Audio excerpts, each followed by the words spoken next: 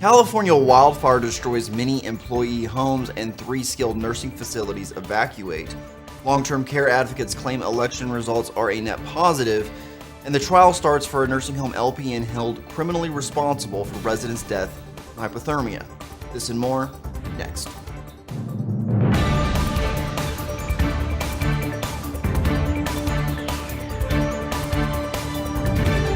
You're watching LTC News with Dane Henning. Welcome to CNA TV Long-Term Care News. I'm Dane Henning. Today is Wednesday, November 14th, 2018. 3 skilled nursing facilities have been evacuated in Paradise, California as a wildfire continues to decimate wide swaths of the state's northern reaches. One provider reported that 80% of its staff members have lost their homes.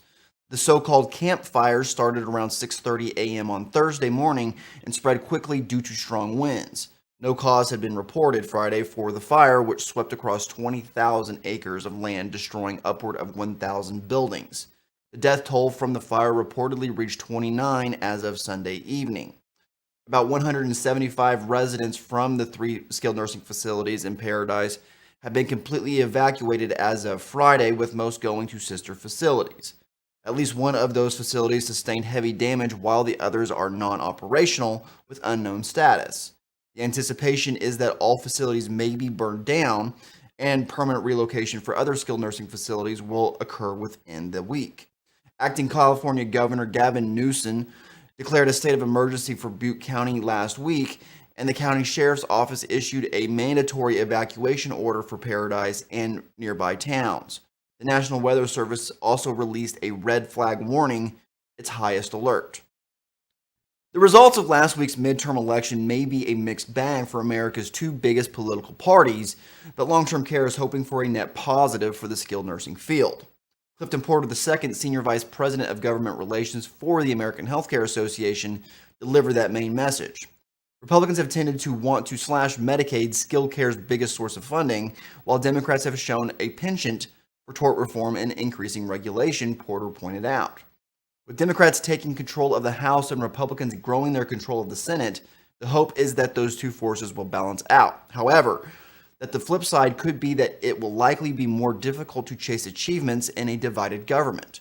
Across the aisle collaboration may be hard to come by, leading up to what promises to be a contentious presidential election in 2020.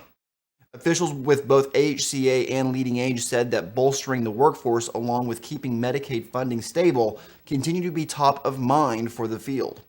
On the latter, voters in 3 states, Idaho, Nebraska, and Utah, approved ballot referenda last week to expand the program. Democrats landed 16 governor spots across the nation, while Republicans tallied 19. We'll be back right after this break.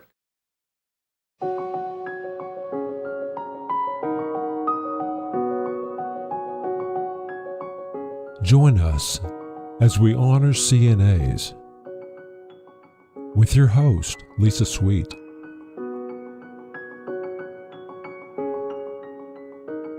CNA Heroes, Friday at 7 p.m. Central, only on CNA TV.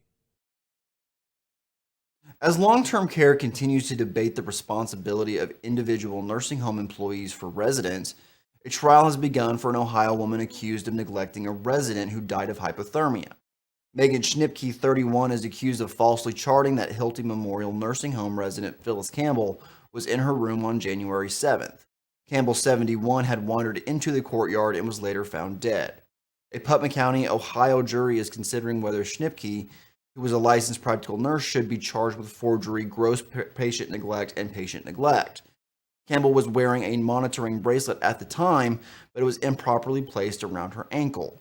Alerts never sounded after her elopement, according to police records. Attorneys for Schnipke argued that she is not criminally liable because of the malfunctioning alarms, failures by other staffers to follow procedures, and poor administrative policies. 2 nursing aides were indicted in Campbell's death in May. In September, both received 5 years of probation, 60 days in county jail, and 100 hours of community service. Destiny Finbert, 20, and Rachel Freisel, 37, both pled guilty to charges of forgery and gross patient neglect. The state dismissed felony charges against them for involuntary manslaughter.